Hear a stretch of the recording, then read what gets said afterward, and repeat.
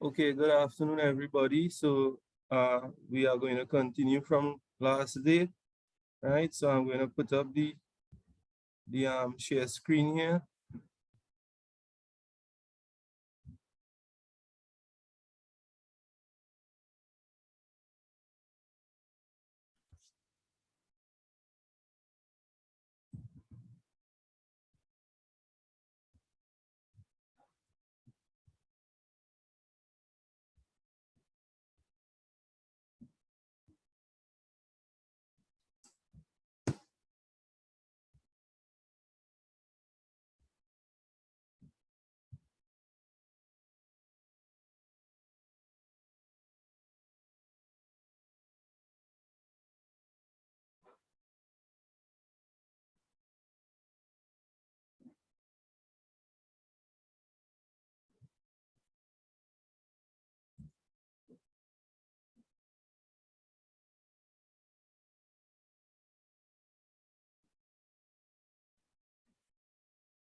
Just give me a minute here to sort this out.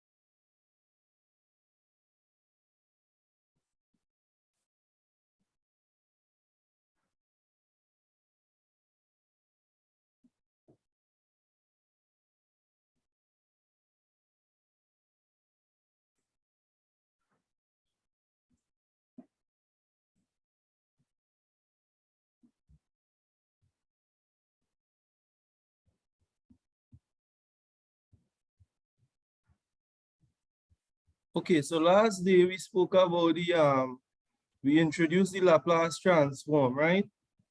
Now, as we said, the Laplace transform is a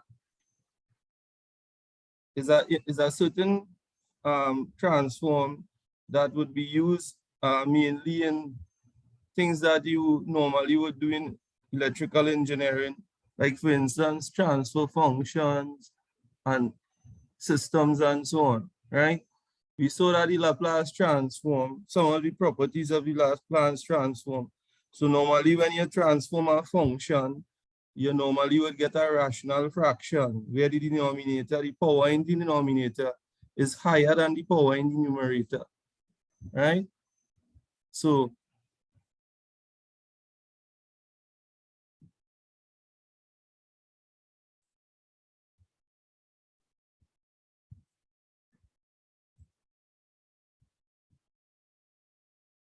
some functions is only a certain class of functions could undergo a Laplace transform. For instance, functions that are piecewise continuous, we said that, and functions that are of exponential order. You understand? So those are the functions, the special group of functions that we'll be mainly dealing with. Now, in order for the Laplace transform to also be defined in a function, the function must converge. You understand that? So today we continuing from where we stopped, right? So, right, this is where we stop basically, right? Piecewise continuity, right? So everybody's seen the screen.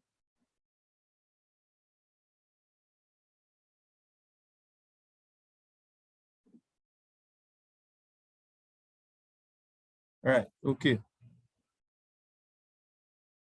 The following example is used to illustrate the definition of the left hand and right hand limits. Consider the following piecewise function, right? So this function here is defined ht to be t squared when t is less than 1 and t over 2 when t is greater than 1. Now here is a sketch of the function here. So t squared, this is the graph of t squared. This is the point 1 here on the t-axis, and this is ht, right? Remember that the function is not defined at t equal 1. It's defined for t less than 1 and t greater than 1. So therefore, it's a piecewise continuous. It piecewise for less than, it continuous less than 1, and it also continuous greater than 1. So this is the function here less than 1, and this is the function here greater than 1. Now there's a break here at 1, because you see an open circle here and an open circle, which means it's not defined at t equal 1. Right. So we want to talk about limits now, left hand and right hand limits. Right. Now, as the function approaches t equal 1, look at how it coming here. See this arrow here, it coming from the left, right? So we see the function approaching t from the left. So t equal 1 rather from the left. So this is how the notation is written. T approaching 1 with a little minus 1 on top, meaning it approaching 1 from the left. And this is the function here going towards 1 from the right, right? So this is t approaching 1 with a little positive 1 on top, right? Now from the left, remember the function is defined by this curve here. So on the left of 1, the function is defined by t squared. And on the right of 1, the function is defined by t over 2, right? So if the limit approaching 1 from the left, ht will be 1. Because what you have to do now, you have to replace ht by t squared, right? Because to the left, the function is defined as t squared. And then you insert 1 into t squared. So when you insert 1 into t squared, you'll get 1 squared, which is 1, right? So the value of ht approaches t tends to 1 from the left. Now from the right-hand side, right? So the limit here approaching 1 from the right, you have the function here on the right is defined to be t over 2. So all you have to do is insert 1 here, so you'll get a half. So when the function approaching 1 from the right, ht will be a half, right? So the following are formal definitions of the left and right hand limits, right? So the function has a left hand limit at t equal a. So this is the general form here. So in the specific case we dealt with, the a is 1, right? So the function ft has a left hand limit at t equal a, written as the limit at t approaching a from the left, f of t is L. So in this case here, it will be t approaching 1 from the left, f of t is 1. If every epsilon greater than 0, they exist at delta greater than 0. So if every small positive value, right, there exists another small positive value, such that for all t, a minus delta, so that open interval a minus delta and a, we have the absolute value, which is the length between the function and this limit, then would be less than this epsilon value we choose, right? So in this case here, the a is 1 minus delta, and well, the a is 1, so that will be 1 minus delta, and this will be a is 1, so and L here, the limit is 1, right? So the function minus 1 is less than epsilon. Right, so let me show you now this illustrated on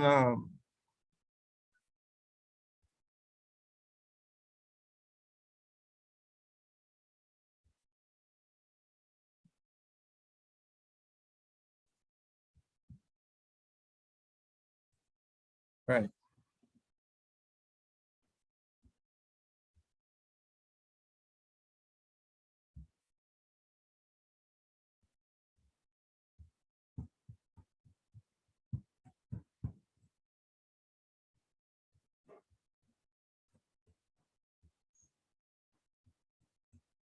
So I'm going to show you the illustration of this here on the left.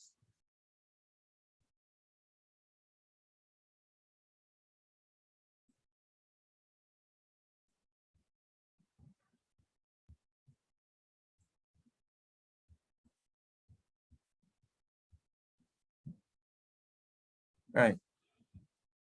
So this is the diagram here. So watch out the t here, right? The t is 1. This is your function here defined for t less than 1, t squared, and for t greater than 1, the function is t over 2, right?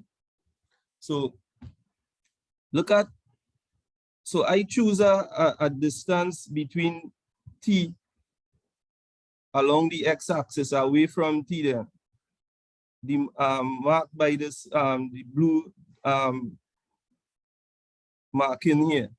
So I calling that the left hand limit here on this side, and this side here will be the right hand limit. Now, if I draw a vertical from this point here on the t-axis to the graph here, it would intersect the graph at this point here, where I have the little pencil, and then I go across horizontally. So that will be a function here. For this point here in blue, this is what the function will be, the corresponding f of t. And then, of course, the corresponding f of t for 1 here would be up here, 1, right? So the distance between f of t and 1, that is this vertical distance here, right? We say that that distance is less than some value we call an epsilon, right? And if you notice, between on the t-axis here, between this value here that we chose here to the left of t equal 1, we have a value inside here we call in delta. So that delta will always be found within this region here, right? Between on the h at t axis, right? Between these 2 points here, which is this distance here. Similarly, on the right hand side, right? So if I go to the right of t equal 1, I could choose a value, some arbitrary value here, right? And then I'll go up here to the graph, and then I'll go across horizontally. And I'll call that maybe, let's say f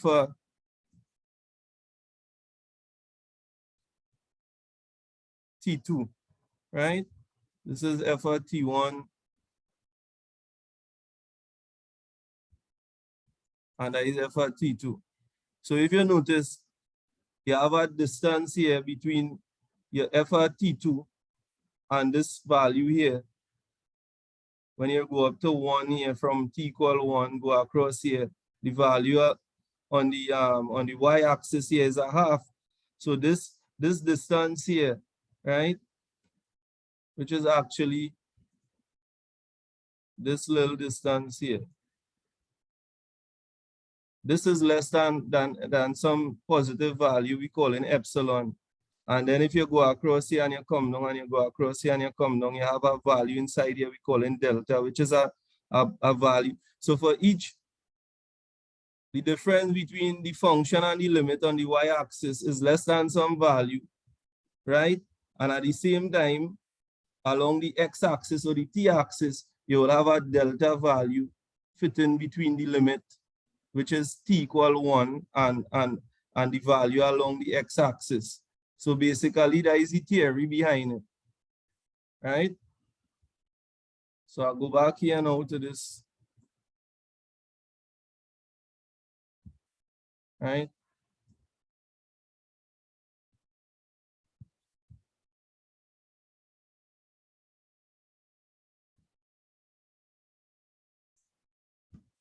So I have it here defined for t approaching a from the right in terms of the specific example. So it will be approaching 1 from the right, f of t is a half. So therefore, the difference between f of t and 1 would be less than epsilon, given that you have this interval here between 1 and 1 plus delta on the t-axis, right? A function is piecewise continuous on the closed interval. We already spoke about that last day. If the function is continuous at each point in the open interval, except possibly in a finite number of points. So those finite points would be like points of discontinuity in this example here. This function continuous, right? between infinity and negative infinity, right? In the opening interval, positive infinity, negative infinity, but it discontinuous here at 1, right? Okay. So you have the limit at t, x approaching a from the right, f at t, the limit x approaching b from the left, f at t, and the limit t approaching t1 from the left, right? And the limit t approaching t1 from the right. So these would be like arbitrary points along the axis then, right? Should exist for each point that might be a point of discontinuity. So let's look at an example here of this here. So this is a piecewise function. It defined to be t between 1 and 2. It defined to be t squared between 2 and 3. And it defined to be 12 minus t between 3 and 4, right? Now, notice by the definition here, it doesn't include 2 in this one. It doesn't include 3 in this one. But this one includes 4. Both 3 and 4, right? So we say that, show that the function is piecewise continuous on the interval. So based on the definition, this is a closed interval, right? 1 and 4, right? You see the closed brackets here with the square brackets, meaning that is a closed interval. So by definition, it had to be continuous in the open interval, right? Except at certain points within the open interval, which may be most likely 2 and 3, right? So let's sketch the function here now. So it's t. So here you have a bold circle and you have an open circle here. So this is the line yt is equal to t. And then from 2, the function is defined to be t squared. So you have a curve here, right? And then from 3 now, it's defined to be 12 minus t. So this is how the graph goes here after you meet 3, right? So clearly we could see that the graph is continuous on the open interval from here to here, right? From 1 to 4, except at a finite number of points, right? So the only point it's not continuous at is this point here, right? t1 equal 2, right? So now if we take the limit as t approaching 1 from the right, that is from this side here, right?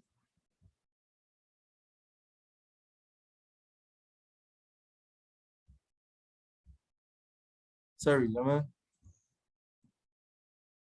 Right? So when you're taking the limit at t approaching 1 from the right, that is here, right? So f at t will define to be t, right? So if you put 1 into this here, of course you will get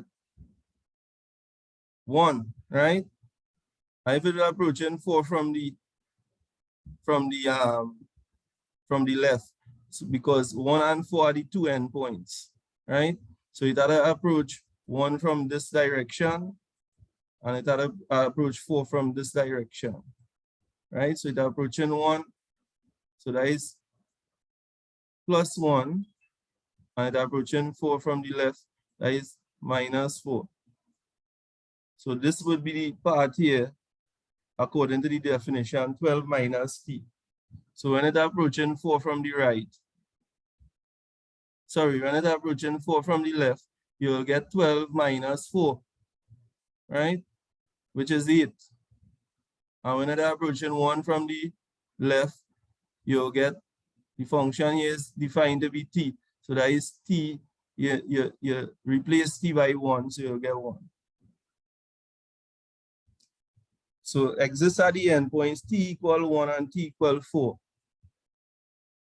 At each point, in this case, there is only one at t1 equal 2. The left hand and right hand limits at this one here now would be what?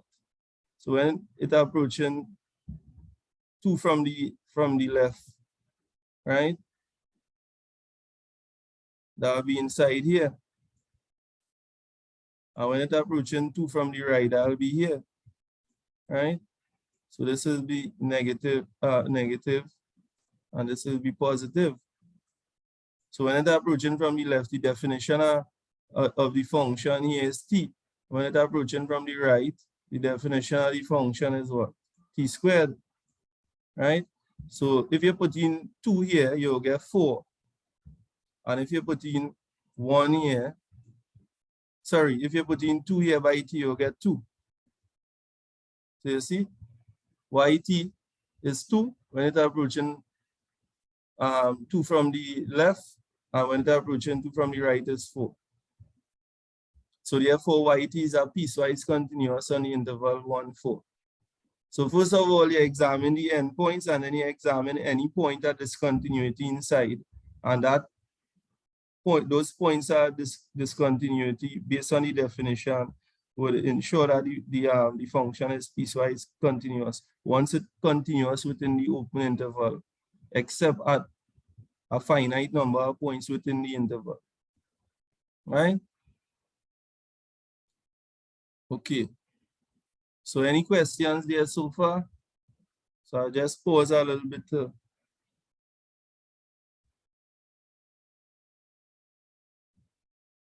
Right?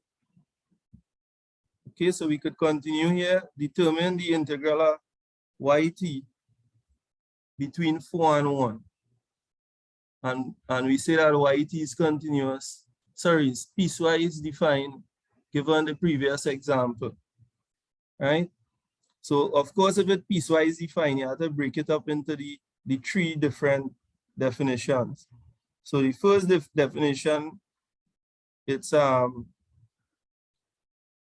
defined to be t between 2 and 1, and then it's defined to be t squared between 3 and 2, and then it's also defined to be 12 minus t between 4 and 3. So that is what we have here. We break up the integral into 3 separate integrals, right?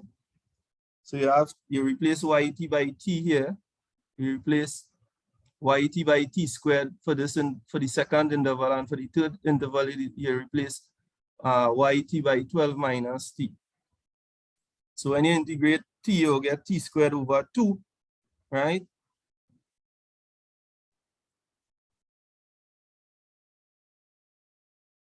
When you integrate t squared, you'll get t to the power 3 over 3.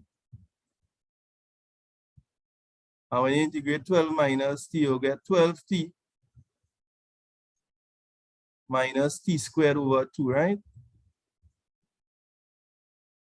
And when you put in the limits here, you'll have to put in 2.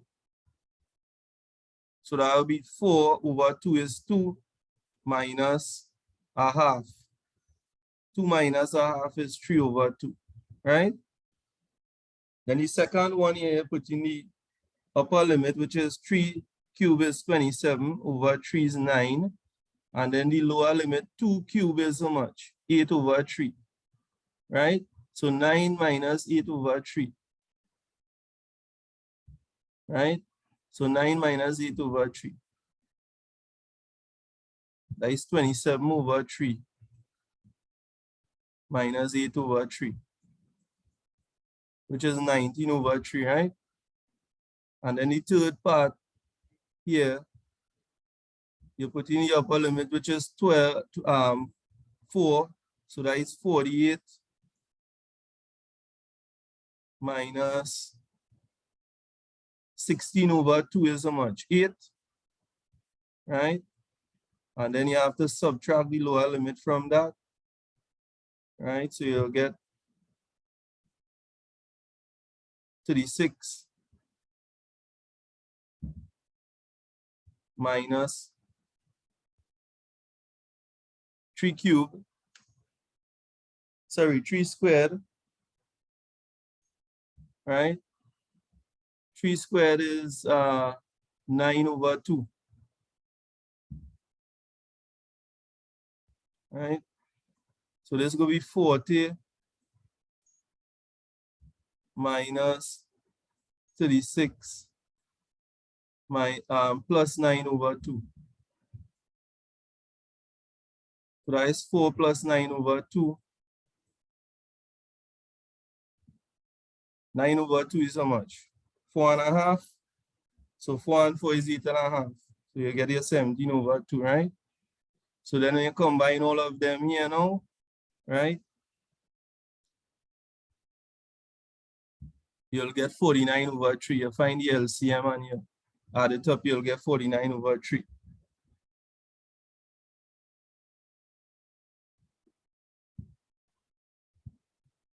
Sketch a graph of the following function. So this is another piecewise function. 3 definitions: 0, between 0 and 1, t between 1 and 2, and 0 when t is greater or equal to 2. And then we want to determine the Laplace here, right? So between 0 and 1, not including 1, you see I have an open circle here and it's on the t-axis. And then from 1 to 2, you have a bold circle here. The graph is defined to be t, and an open circle here because it doesn't include 2. And then from 2, the graph is defined to be 0. So you have a bold circle here and a line going beyond from 2 to the infinity. Use the definition of the Laplace now to determine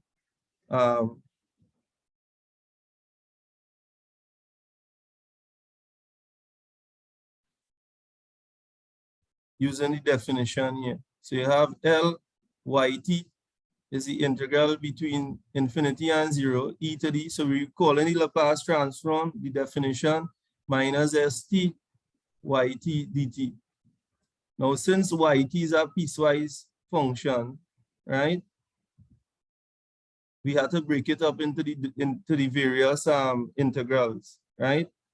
So first of all here, we have e to the styt, right?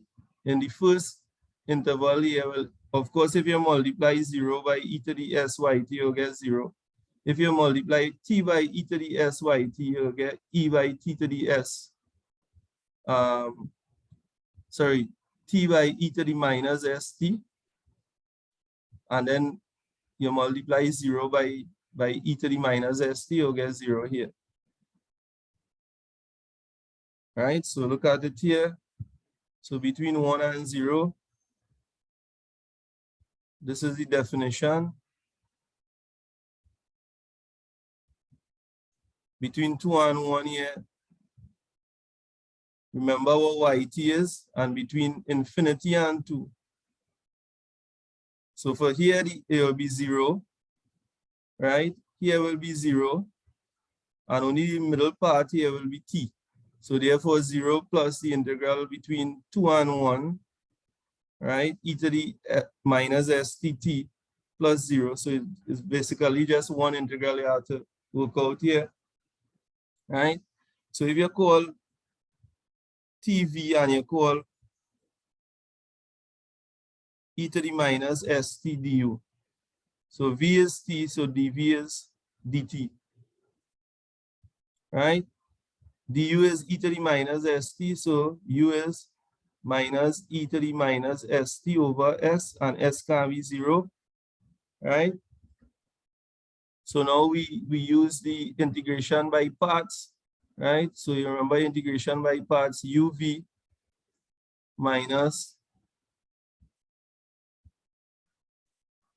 so v du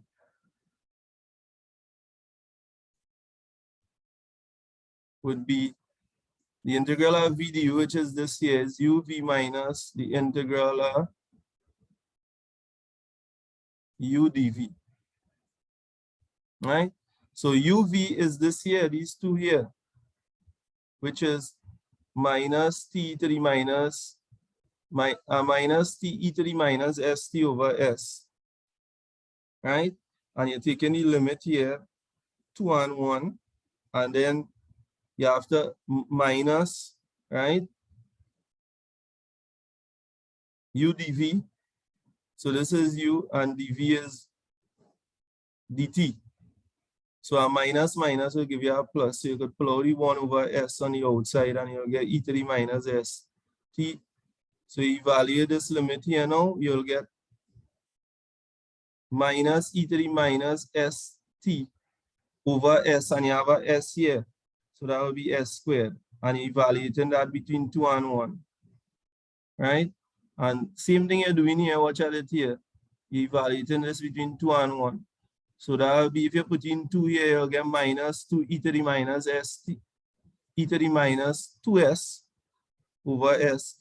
And then if you put in 1 now, right? But remember you have to minus the lower limit. So that will be minus minus 1, which is plus 1 e to the minus s, because your t is 1 over s. And likewise, you perform this one here. So you have minus e to the minus 2s divided by s squared. That is the first term here. And then you have to subtract minus, so that will be plus e to the minus s when you put in 1 over s squared, right? So if you look at these 4 terms here, right? Right? So this one here have e to the minus s, and this one here e to the minus s. So you could factor out e to the minus s, and you'll end up with 1 over s plus 1 over s squared. And then the second term here have negative, and the first term have a negative, and the third term have a negative. So you could pull out the negative. Both of them have a common factor, e to the minus 2s. So you put that on the outside and you have 2 over s plus 1 over s squared, right? So therefore the Laplace transform is 1 over s plus s squared in brackets e to the minus s minus 1 over s plus 1 over s squared in brackets e to the minus 2s for s not equal to 0, right?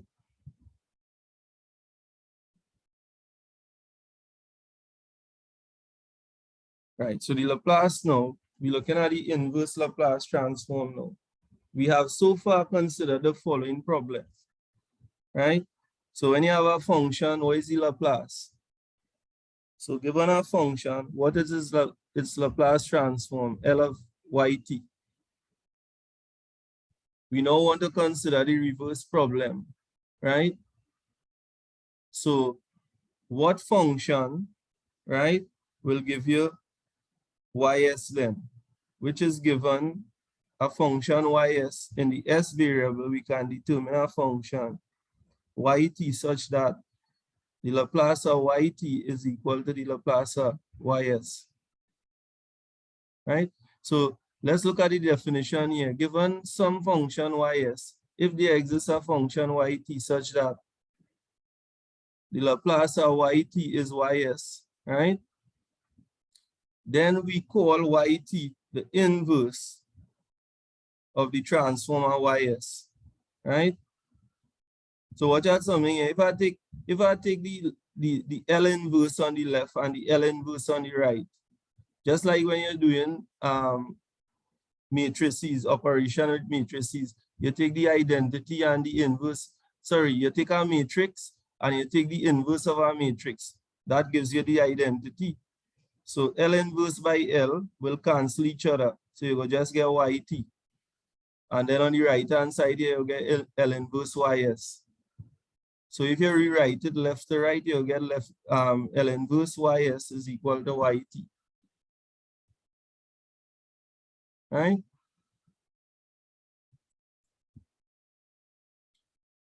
So I just pause here in order for you to grasp this.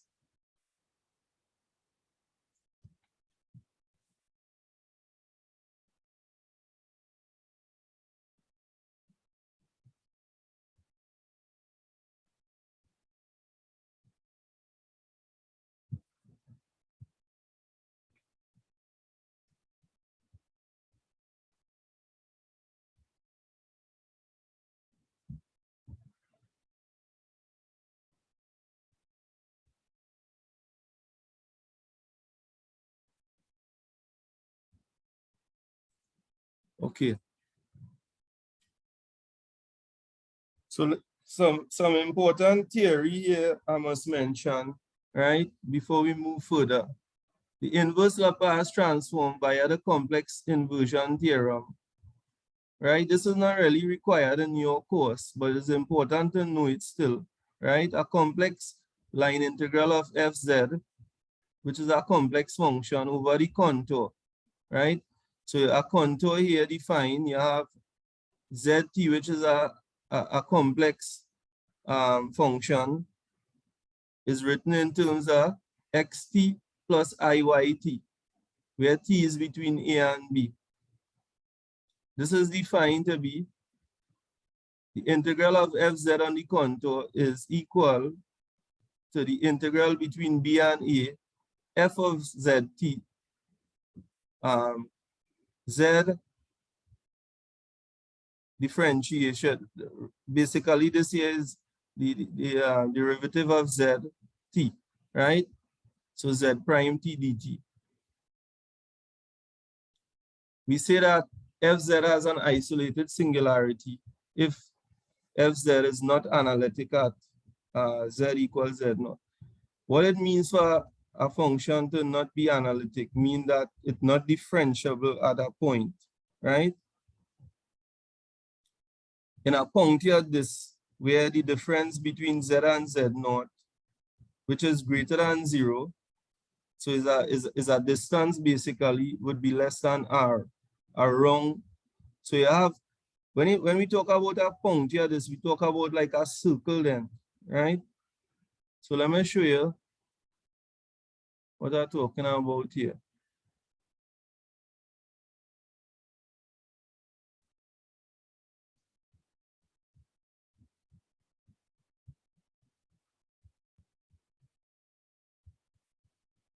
Right. So this here is your disk, right? And this point here in the center, right? We calling that Z0. And then you could have many points within this disk here, but basically your R here is the radius of the disk, right? So the distance between any one of these points from Z0, so let me say Z1. So the distance between Z1 and Z0, obviously it's from here to here, it will be less than R. So any point within this region here, or the disk, is the distance here between that point and Z0 will be less than R, right? We say that the right throughout the disk here, anywhere inside the disk, right, is analytic, meaning that the differentiable, the function is differentiable, except at Z0. So that is why we're calling it a puncture disk. So like by Z0 here, you have like a hole then. You see how I draw it here to illustrate, right?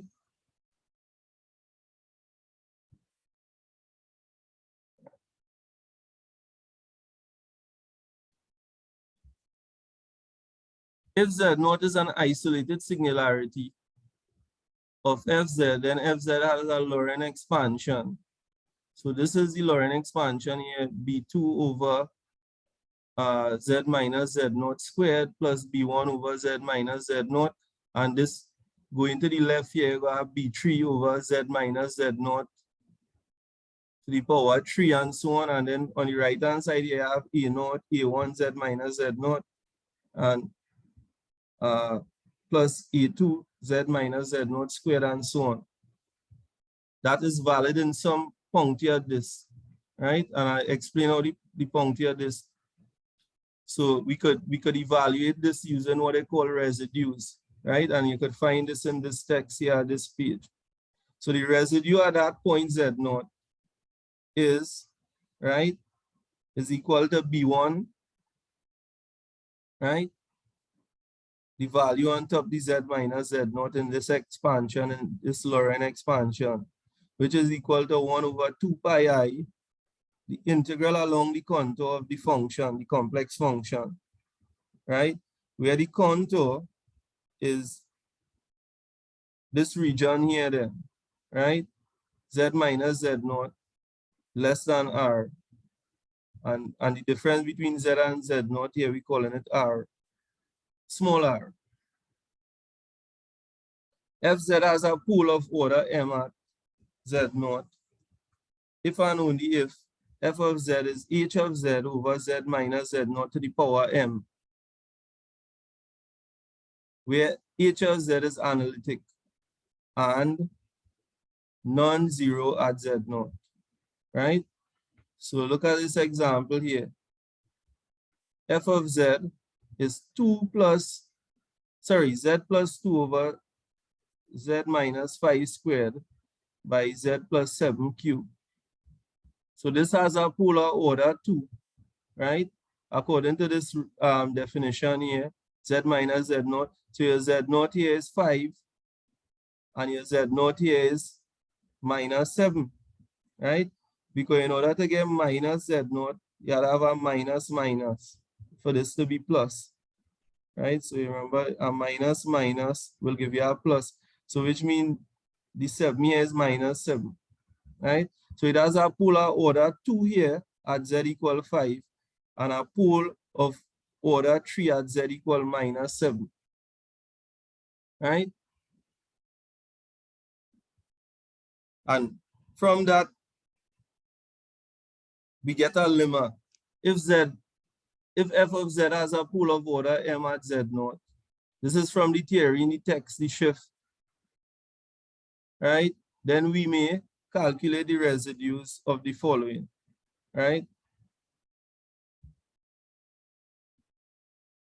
So first of all, we want to calculate the residue of z naught equal 5. So the residue of 5, right? Before I plug in the 5, I'm going to define what the residue is here. So I'm going to highlight this here.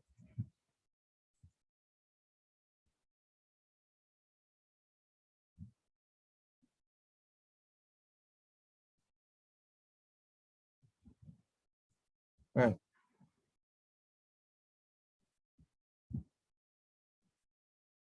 Right. So I want to highlight this here. This is in red.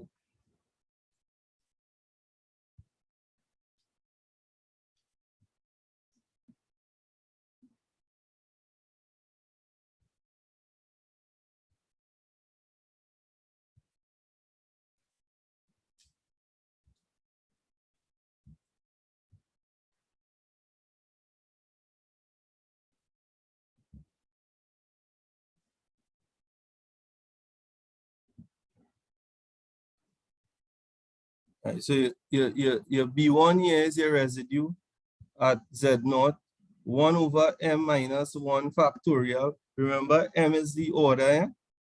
The limit of Z approaching Z naught. The derivative d dz, right? So the m minus 1 over m minus 1 here. So the m here will tell you if it's the first, second, third derivatives and so on, right? And then in bracket z minus z naught to the power m f of z. So here, you know your m is 1, right? So residue of 5, right? Because your z naught is 5 is 1 over, right? 2 minus 1. So 2 minus 1 is 1. And then z approaching z naught, right? So z naught is 5, and then 2 minus 1 is 1, right? So you're taking your first derivative of z minus 5 to the power 2 by f of z, and f of z is z plus 2, which is the entire function. Z minus 5 to the power 2, z plus 7 to the power 3, right? So if you, of course, this here is 1, right? You're taking the limit as z approaches 5, and inside here, the z minus 5 to the power 2 will cancel. So you're just taking the derivative of z plus 2, right, over z plus 7 cubed, the first derivative, right? So you could use the quotient rule there. you'll get z plus 7 cubed by 1 minus z plus 2 by 3, z plus 7 to the power 2 over z plus 7 to the power 6, right? And that will give you,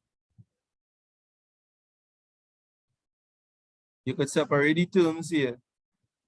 The limit as z approaching 5, 1 over z plus 7 cubed from the first part, and the second part will give you minus 3 z plus 2 over z plus 7 to the power 4, right? And then all you have to do now is evaluate this. So you put in your 5, right? So this will be 5 and 7, 12 cubed, which is 1 over 1728. 5 and 2 is 7, 7 3s are 21, and then 12 to the power 4 is 20,736. So I just giving you an idea how to work this out there, right? So of course this could be a negative answer, right? So that is just the way you go about working it out, right? The mechanics behind it. The Cauchy residue theorem, right? So we state in the Cauchy residue theorem how to work it out. Let Fz be analytic, right?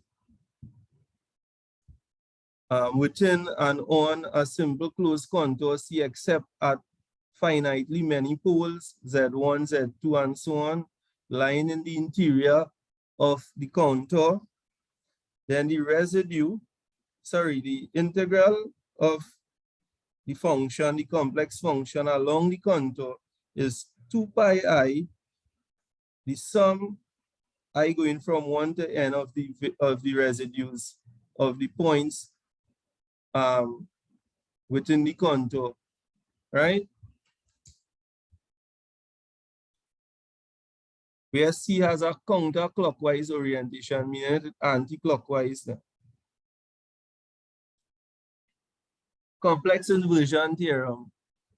LFT is equal to Fx, Fs for the real S equal X, which is greater than alpha. And if Fs is analytic in C except for finitely many poles at Z1, Z2, all the way up to Zn, then the Ft is the Laplace inverse of Fs, which is equal to 1 over 2 pi I, the integral x plus I alpha, right, over x minus I alpha e to the Ts Fs ds, which works out to be the sum of the residues of the poles within the contour, Z1, Z2, all the way up to Zn, right? Where the integral of A, that is this here, is a complex line integral in the complex variable S over the Bromwich line. That is where the residue, that is where real S is equal to X, right? So this here is your Bromwich line here, right? So this is your imaginary and your real axis. Your Bromwich line here is the line real X. So it's a vertical line here, and then you have your contour going around here, right? So CR is on the boundary.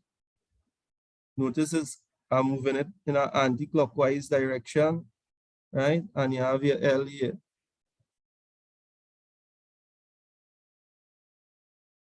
So L is the vertical line segment from X plus IY to X minus IY.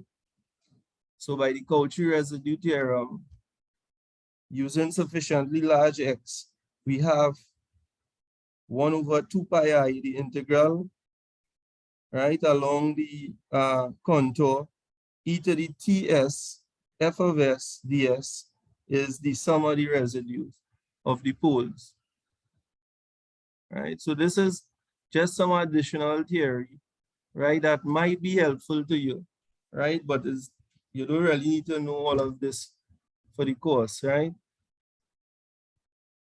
Okay, so let's look at the an example to find the Laplace inverse of a function here, right? Evaluate Laplace inverse of 1 over s plus 1, s minus 2 squared by the method of residues, right? So we take this here is a function of s, so of course here, this part here in the square brackets will be ys, and that will be the sum of the residues, right? Zn, where z1 to zn are the poles of ys, right? Recall that the residue of zk, limit s approaching zk, is the derivative to the m minus 1 d ds to the m minus 1 over m minus 1 s minus zk to the power m e to the tsys. If zk is a pole of order m, in this case, right? So in this case here, we have two poles, right? We have one here, right? And the order here is 1, because the power s minus minus 1 is 1. And we have another pole here, 2, and the order here is 2, right? So you have two poles. Z1 is minus 1 of order 1, and Z2 is 2 of order 2. So therefore, first of all, we evaluate the pole of order 1, which is minus 1. So remember the formula 1 over, right, let me pull up the formula here on the left.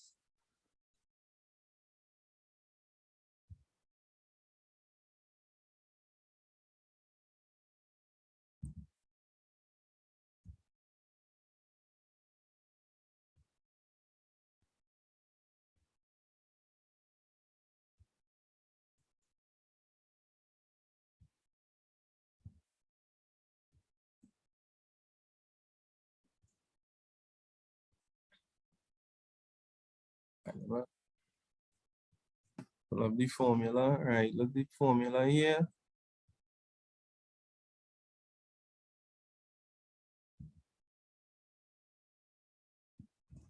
Right?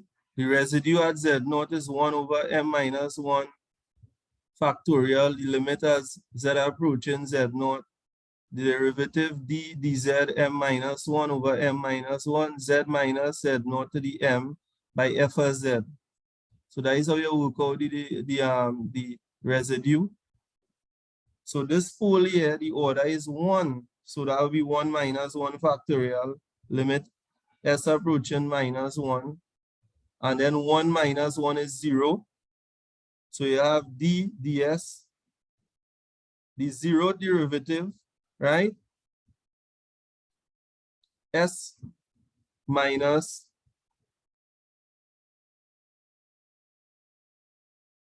minus 1, which is plus 1, right? E to the minus tsys. So this means no derivative at all. So basically here you have the limit of s approaching minus 1, because this here works out to be 1, 0 factorial is 1, right? Yeah, s plus 1, right? E to the minus, e to the ts, and ys here is 1 over 1, s plus 1, s minus 2 to the power 2. So you could pull out the e to the ts, and the ys here is this, which is your original function, your function in y. And now when you apply the limit here, t approaching minus 1, sorry, s approaching minus 1, remember this here and this will cancel. right?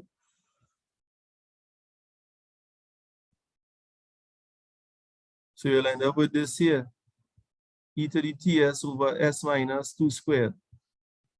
And then you have minus 3 here, squared is 9. So that is how you get this here.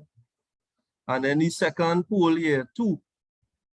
And this pole is of order 2, right?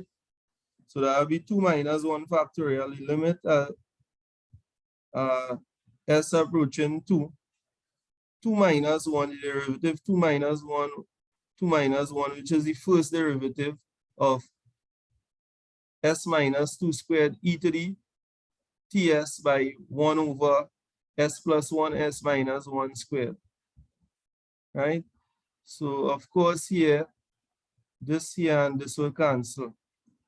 So you'll end up with e to the ts 1 plus s or s plus 1, right? And then you take the derivative of this, you use the quotient rule, you'll get s plus 1 t e to the ts minus e to the ts over s plus 1 squared. And all you do now is apply the limit, right? So you're putting in where s is, you're putting in 2, right? So you have here, oh, before you do that, you could break it up. S plus 1 t e to the ts over s plus 1 squared, and one of the s plus 1 here will cancel with one of the s plus 1 at the bottom here. So you'll get t e to the ts over s plus 1, and then the second term here you'll get minus e to the ts over s plus 1 squared. So now when you put in 2 here now, you'll get t e to the 2t over 3 minus e to the 2t over 9. So yt now is the Laplace inverse of ys. And the Laplace inverse of ys is really the sum of the residues.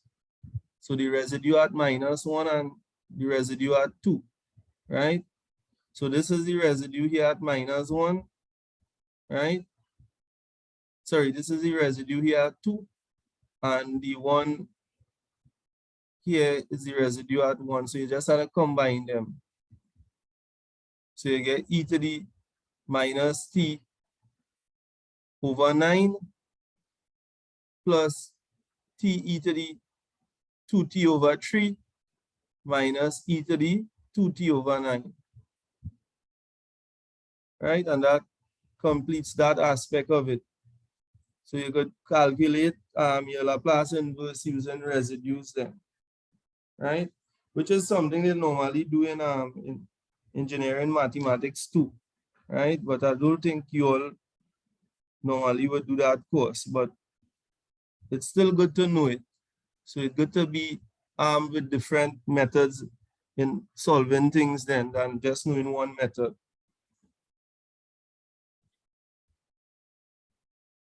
Find the Laplace, the inverse Laplace transform of ys is 2 over s squared plus 4. This is done by recognizing the form of ys, right? So normally, this form here, from what we learned last day, this is similar to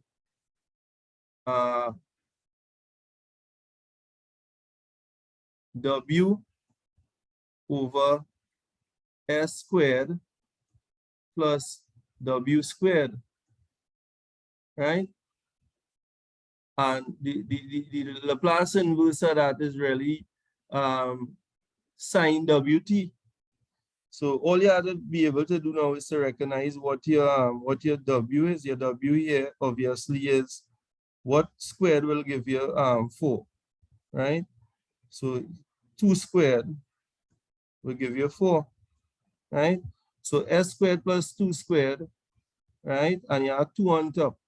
So your value, the value here that you're squaring must be the value on top. So the Laplace of sine wt is equal to W over, right, S squared plus W squared. Therefore, the Laplace of sine 2t will be equal to 2 over sine squared plus 4. So by definition, the inverse Laplace of this on the right? If you use the Laplace, remember the Laplace operator, L inverse by L will cancel, and then you just take the inverse of this here, right? And the inverse of this will be sine 2t, right?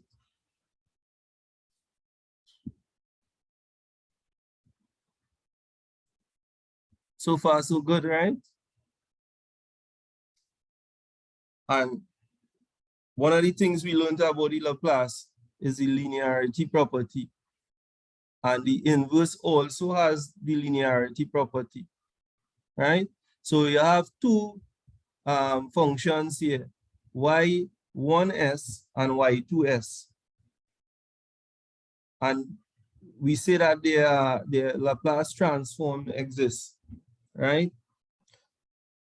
If we have scalars C1 and C2, the Laplace inverse of C1y1s plus C2y2s will be C1 L inverse ys. So you take the constant on the outside here, and then you take the Laplace of y1s, the inverse Laplace. And then you take you add it, you pull out the constant C2, and you take the Laplace inverse of y2s. So that is the linearity property. So we could apply the linearity property in order to find the inverse of this function here, right? So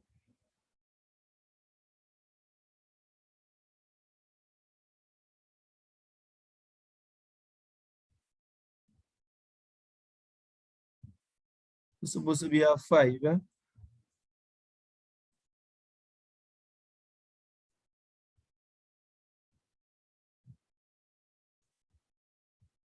Right, so you take the inverse Laplace of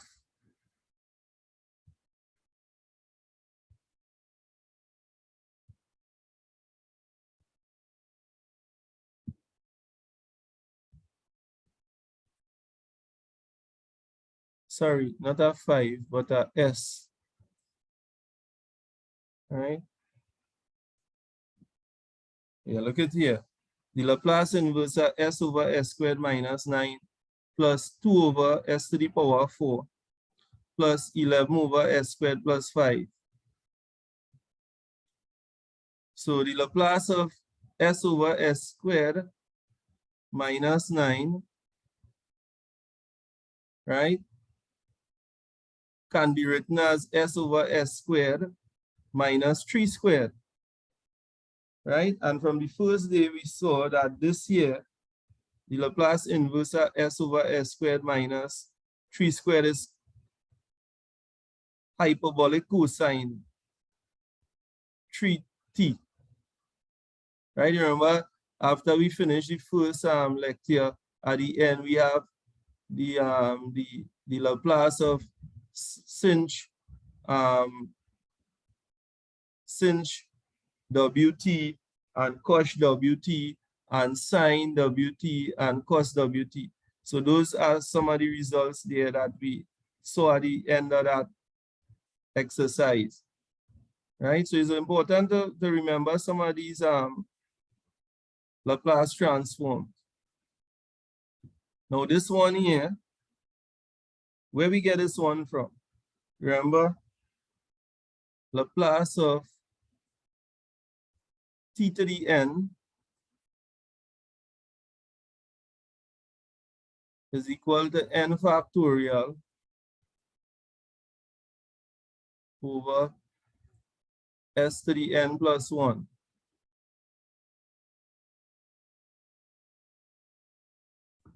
So we could work backwards there now. We know we have a s to the power 4, right? So if we have L t to the power 3, right? That would be what? 3 factorial over s to the power what? 3 and 1 is 4. So you're getting your power in the bottom, but you're getting 3 factorial on top, which is really 6 over s to the power 4, right? Now, you don't want 6, you want 2, right? Right? So in order to get 2, what you have to do? What you have to do on the outside here, you have to divide by some number here, right? So if you take, oh, we could manipulate that in order to get 2 here instead of 6. If I take 1 over 3 here, and the 3 will cancel with this 6 and I will get 2, right? So this is really a third, right?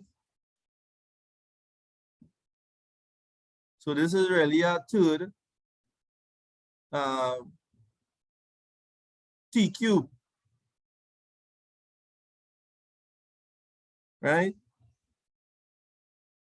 And you see down here, look at here, right? So I mean, I do it here step by step, right? But look at this here. So you have 3 factorial s to the power 4. You put your 2 out here and then you divide by a 3 factorial. So the 3 factorial will cancel. So you'll get just 2 over s to the power 4. Now 2 over 3 factorial is 1/3. So you get 1/3 t cube. And then this one here, this here is a constant, 11. And here you have what, 5. Now this number had to be some number squared, right? So this number here must be the square root of 5, right? So the square root of 5 squared will give you back 5. So which means this number here had to be the same number on top, which is the square root of 5. But if you want 11, then you have to add the square root of 5 at the bottom here to divide so that it will cancel on the outside. And you have 11 out here. So that gives you 11 over the square root of 5 sine WT, which, and the W here is the square root of 5t, right? So that is how you figure it out, right? So you break it up step by step and you apply the linearity property. And knowing the different rules will be very useful in helping you to arrive at the answer, right? So find the Laplace transform. The inverse transform of ys is s squared minus s plus 9 over s cubed plus 9s, right? So if you look at the denominator here, right? I noticing that in the denominator here, I have a common factor s, right? So s, I could pull out the common factor, get s squared plus 9, right?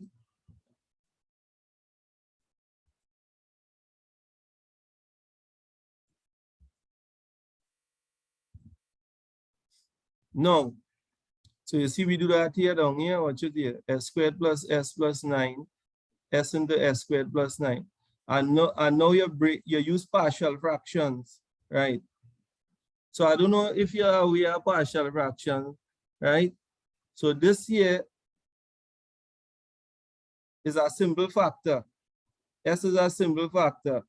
S minus 1, s plus 1, s by itself, s plus a number, a constant, is a simple factor.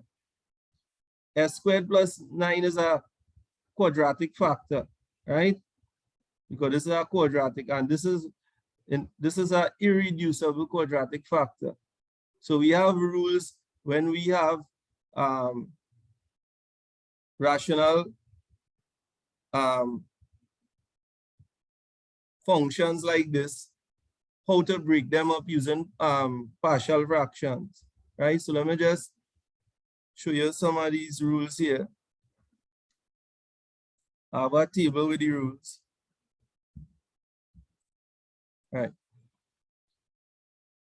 And so 5 basic rules here. Right. So you have, right, x minus a, x minus b. This would be like what I just described. Simple factors. Right. The partial fraction breakdown would be a constant over one of the simple factors plus a constant over the next simple factor. Right. The next one, you have a px plus q over x minus a squared. So you have a repeated simple factor, right? X minus a is a simple factor, right? So you have that repeated because you have x minus a squared. So that will be a constant over x minus a, and then a constant over the factor squared, x minus a squared. The third instance, you have 3 simple factors. So you just take a constant over each one of the factors and you add them. Right? The fourth case, you have a repeated simple factor and a simple factor. So the repeated simple factor, you break it up, like in the second case here. So that will be a constant over x minus a constant over x minus a squared, and then a constant over the other simple factor. The fifth case is what we're looking at here. That is similar to the one in the example we're doing. So you have a simple factor and a quadratic factor here, right? So you have a constant over the simple factor, and then you add bx, a constant by whatever the function is. In this case here is a function of variable x. In our case with the Laplace, is a function of variable s. So your s will replace x then in our example. So a constant by x plus another constant over the quadratic factor. Right? So case 5 is the case we're using for our example. Right? So let's go back here to the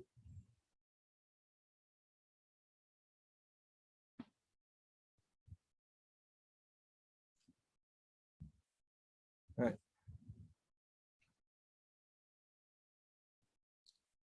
Right, so you see a over s, the simple factor, and a constant by s plus c over the quadratic factor, right?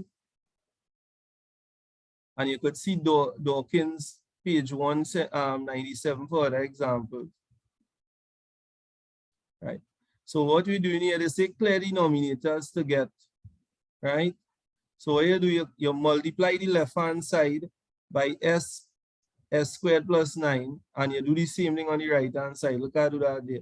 So which means this and this will cancel this and this. So you just get s squared minus s plus 9. And then when you multiply s squared plus 9 by a over s, the s will cancel. So you get a by s squared plus 9, right? And then when you multiply this here by the second fraction, the s squared plus 9 will cancel at the bottom here. So you get bs plus c by s, right? And then you could expand it out, you get as squared plus 9a plus bs squared plus cs, right? And what you could do now, you could collect all the coefficients of s squared, all the coefficients of s, and all the coefficients of s to the power 0, which is just like a constant then, right? So the coefficient of s squared will be a plus b. The coefficient of s will be c, and the coefficient of s to the power 0 will be 9a, right? So if you notice here, what you have in front s squared, you have 1. What you have in front s squared on the right, a plus b. So a plus b is 1. What you have in front, S on the right. So equating coefficients. What you have in front, S on the left, -1. So C is -1. What you have in front, S0 on the left, 9. And what you have in front, S0 on the right, 9A. So 9A is 9. So that means A will be 1. So if A is 1, you could put 1 here. So B will be 1 minus 1 is 0. So you see it here? A is 1, B is 0, C is -1. So A over S, 1 over S, plus BS plus C over S squared plus 1. BS is 0, so you'll just get -1 over S squared plus 9. So what that gives us, right? That gives us this result here. So the Laplace inverse of that is you apply the linearity operator. You take the Laplace inverse of 1 over S, right? And you're taking the Laplace inverse of 1 over S squared plus 9. Now remember, the S squared plus 9 could be written as 3 over S squared plus 3 squared, right? But then you have to divide by 3 on the outside in order for the 3 to cancel. And the Laplace inverse of 3 over S squared plus 3 squared, this here will be 3 sine 3t. You see it here? So you have the Laplace inverse of 1 over S, right? 1 over S is just 1. L t to the 0, which is 0 factorial over S to the 0 plus 1. So that is 1 over S, right? So L t to the 0 is 1, is equal to 1 over S, which implies that L inverse 1 over S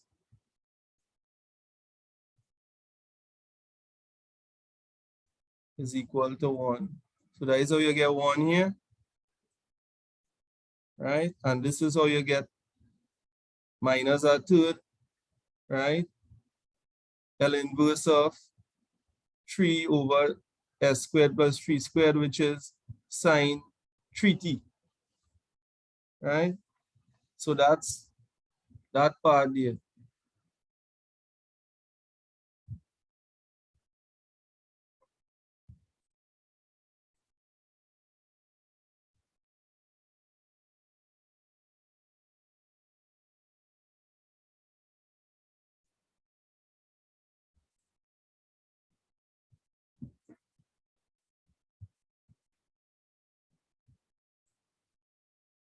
Okay, so I'm going moving on a bit here now.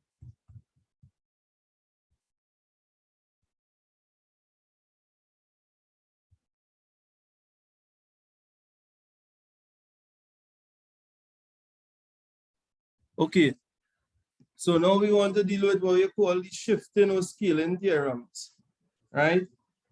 Given a function f of x, recall that the graph of the function f of x minus a is obtained by shifting the graph by a units to the right once a is greater than 0, right?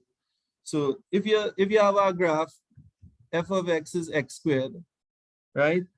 So this is your graph of x squared, and you want to shift it to f of x minus 2. You're basically moving this graph 2 units to the right. So this is 0 here. you go in 1, and you go in 2.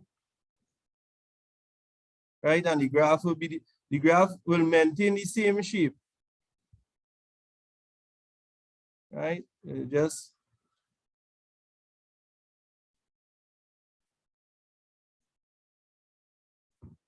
that is basically what would happen. Right?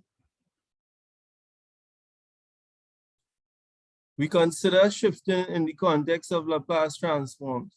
Recall that the Laplace transform changes a function yt into t variable to a corresponding function ys in the s variable.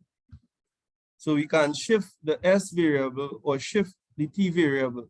So first of all, we want to deal with the s variable. So we have a proposition here, L of yt is equal to ys. The real of s is greater than b. Then the Laplace of e to the at yt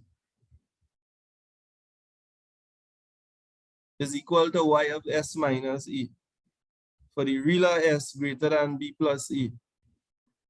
This is equivalently saying that the Laplace inverse of y s minus a is e to the minus at, the Laplace inverse of ys.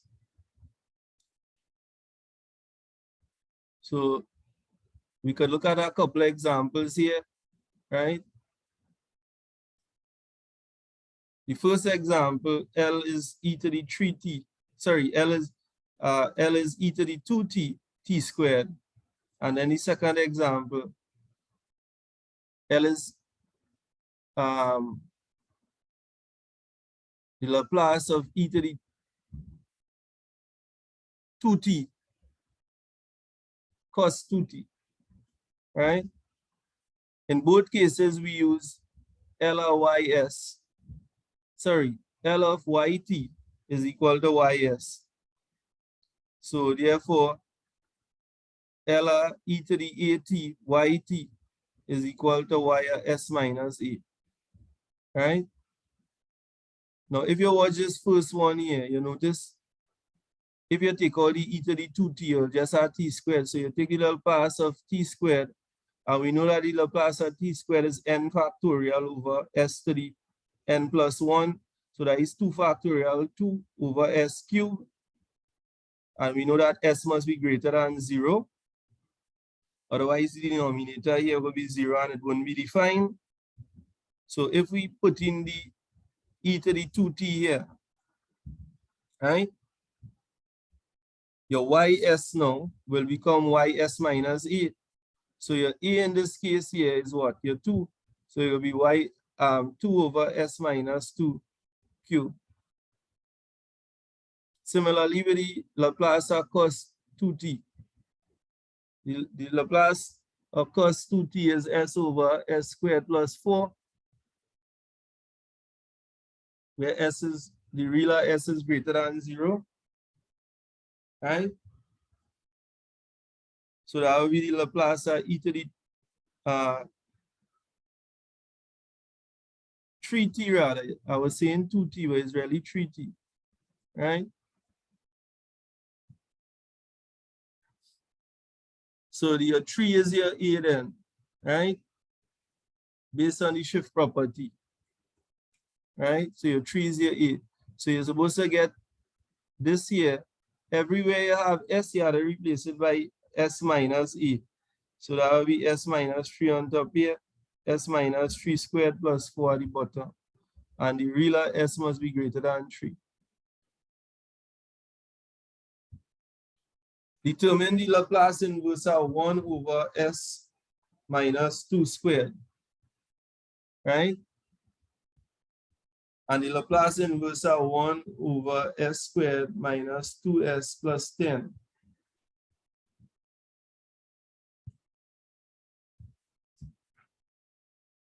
Now, if you notice, this here could be written as s minus 1 squared, right? This part here in the denominator. So you'll get s squared minus 2s, you'll get the first two terms, and you'll get 1. So you have to add 9 here. Right? So this part here could be written as 1 over s minus 1 squared plus 9.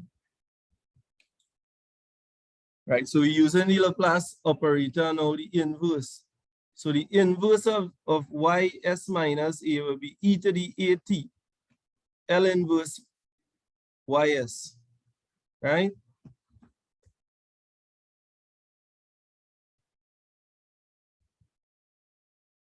Now, how could I write this? I could write this as s minus 1 squared, right?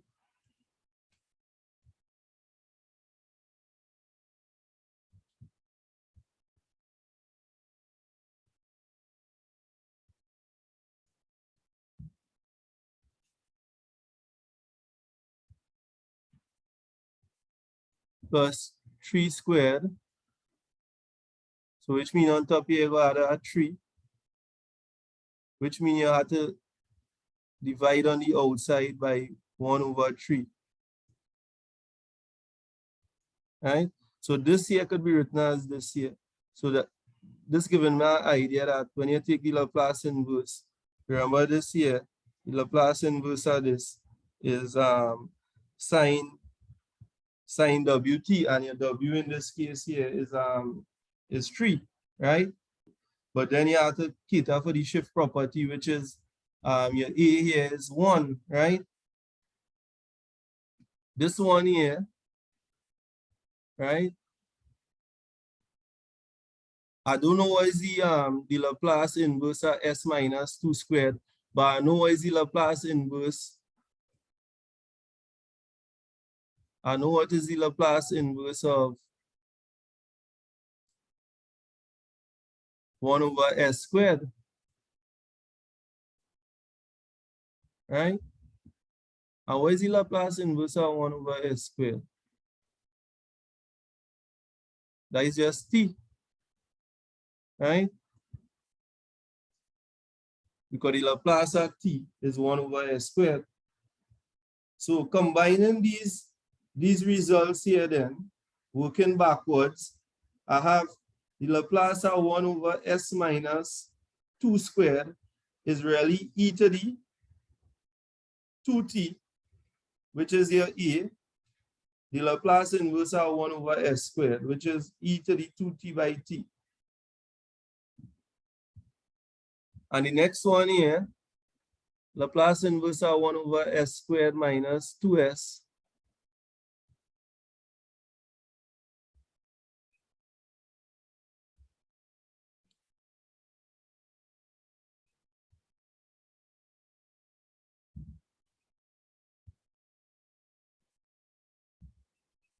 plus 10 is the Laplace inverse, as I wrote above, 1 over s minus 1 squared plus 9, which is your a here is 1.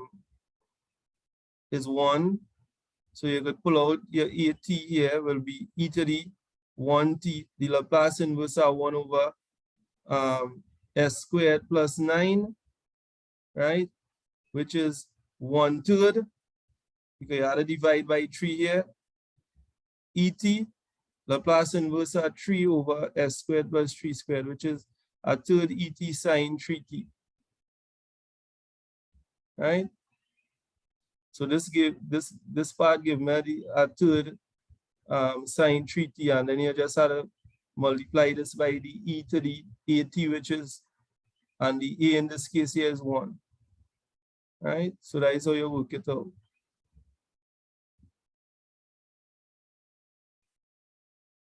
Okay.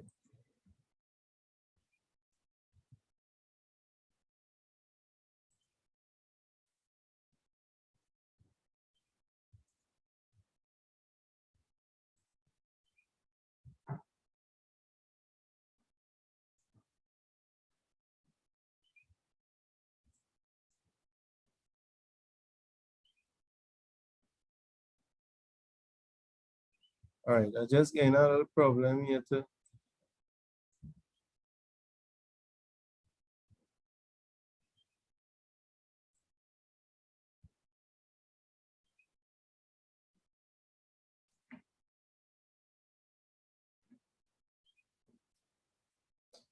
Right, so shifting the t variable. The following function is used when shifting the t variable. The Heaviside step function. So that was, we just dealt with the s variable, right?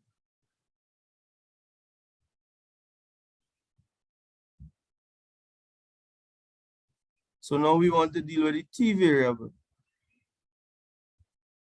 right? So we introduce a definition here called the Heaviside step function. H at t minus t naught is defined to be h at t minus t naught. So again, you have a piecewise function, right? It's defined to be 0 when t is less than t naught, and it's defined to be 1 when t is greater or equal to t naught. Now, this is the graph here. So you see at t naught here, you have an open circle here because it doesn't include t naught. And then to the left here is 0, and to the right now it includes t naught. The function is 1, right? Now, if your t naught here is 1, right? You remember your t naught could be any value. But if your t naught is 0, right? So that is here. We call the Heaviside step function the unit step function, right? So if the t naught happens to be 0, right? It's called the unit step function. So that will be t less than 0, t greater or equal to 0. The Laplace of h t minus t naught is e to the minus s t naught over s, when the real s is greater than 0. And the proof of that, right? So let me show you the proof of that here. So what you do, you use the definition of the Laplace transform, right?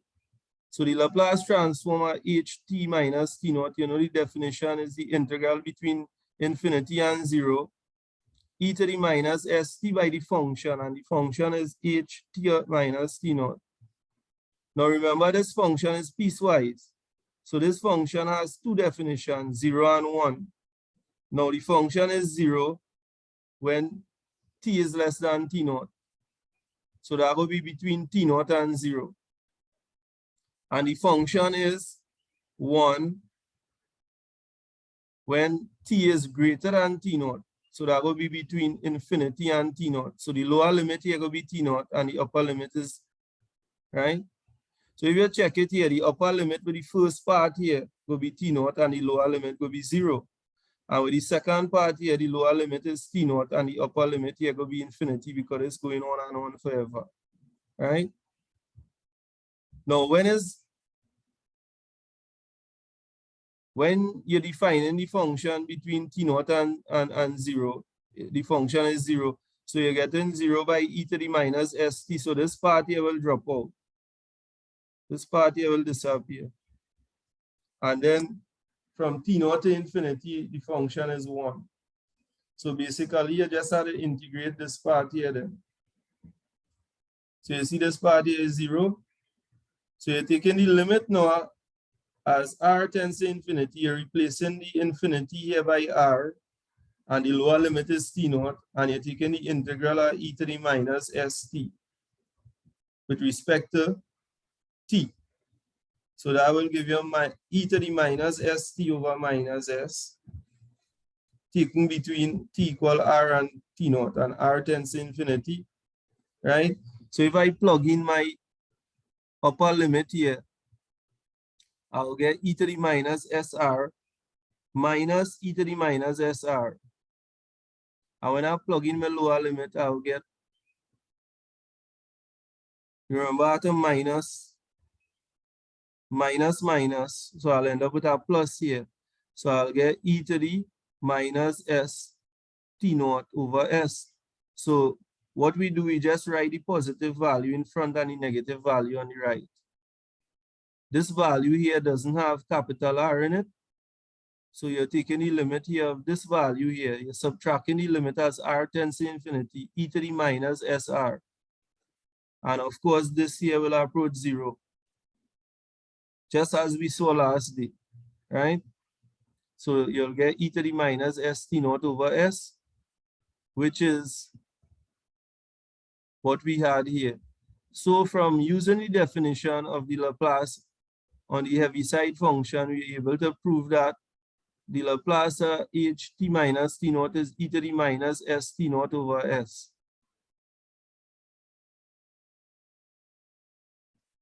So let's look at the sketch of some examples of graphs. So yt is sine t for t greater than 0 or equal to 0. Y2 is t sine t minus 2 when t is greater or equal to 2. And y3t is h at t minus 2 by sine at t minus 2 when t is greater or equal to 0. Right. So this first graph here, defined for t greater or equal to 0. So this is your sine graph.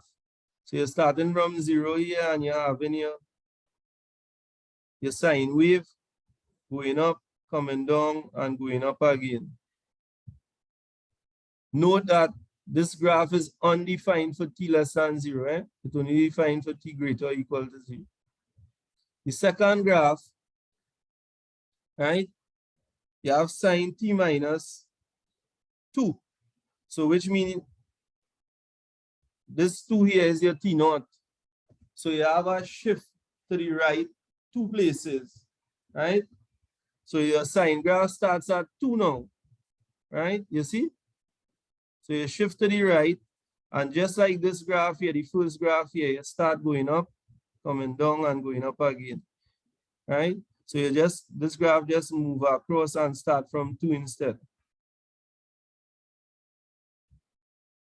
Note y2t is an exact shift of y1t by 2 units to the right. Now the third graph here, we could use our table here to understand the third graph. Look at it here, right? So the third graph is t greater or equal to 0, h at t minus 2, sine at t minus 2. So you have the interval here between 0 and 2, and you have the interval greater than 2. Now we know according to the Heaviside definition, anything less than t naught had to be 0, and anything greater than t naught had to be 1. So the interval here between 0 and 2, including 0 but not including 2, the function will define to be 0. And the function, the Heaviside function, greater or equal to 2 is 1, right? But now we have to combine the sine function into that, right?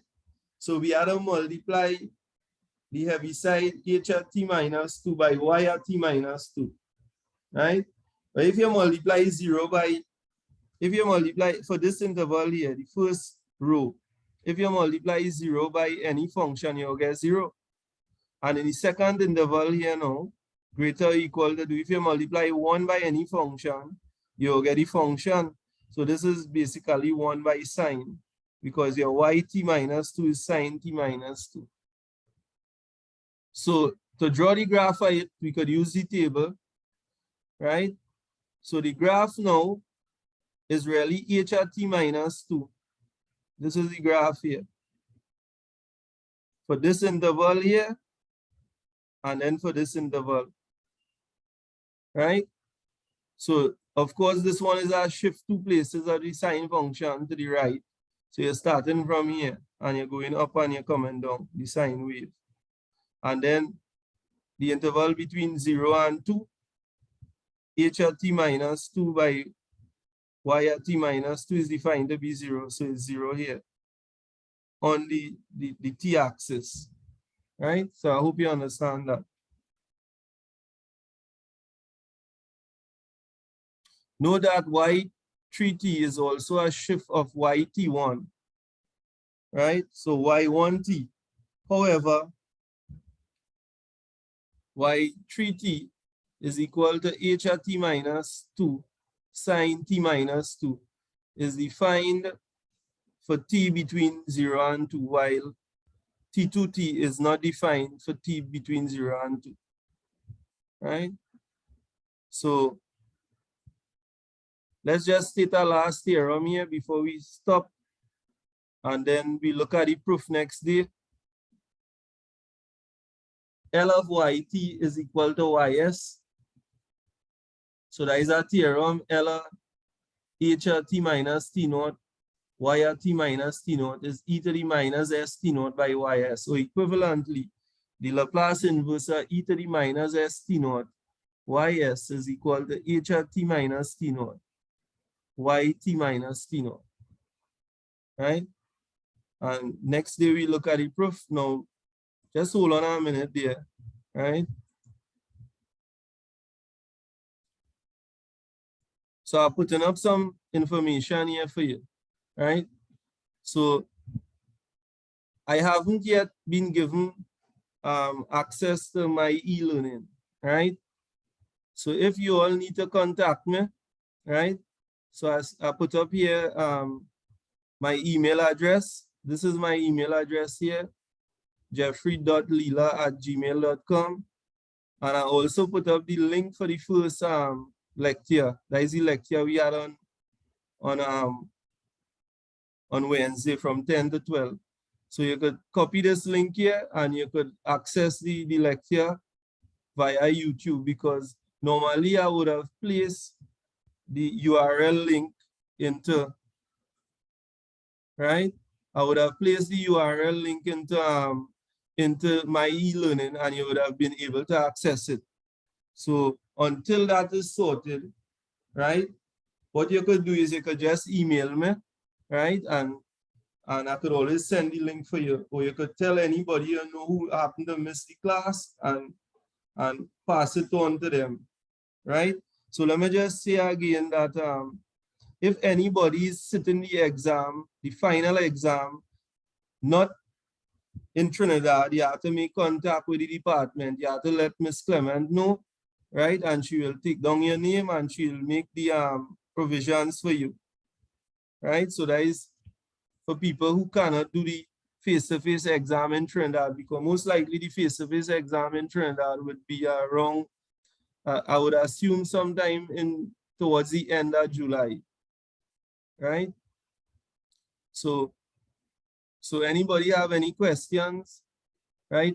I'll have to do a tutorial on some of the questions that we are supposed to look at in the finance, and some additional questions as well. So maybe next day I will go into some of those questions, and then I'll continue going through the lecture notes and so on, right? But you should have access to the lecture notes, because all you have the course webpage where you could go and access the lecture notes and see all the suggested problems, and you could practice the problems.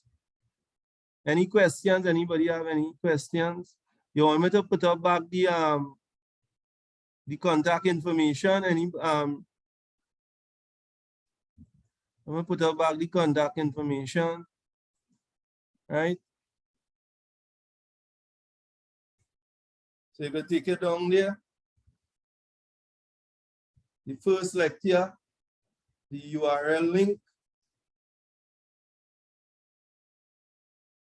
And when this one that is completed today, I will upload it as usual. And if you need it, you could always email me and I'll forward it to you, the link.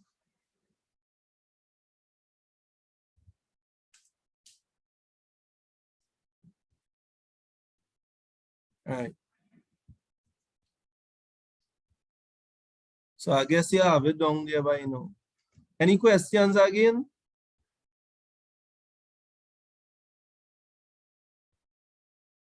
Okay, nobody have any questions? Okay, so we could end here and we'll continue again on next Wednesday from 10 o'clock. So I'll see you then. Take care. Bye.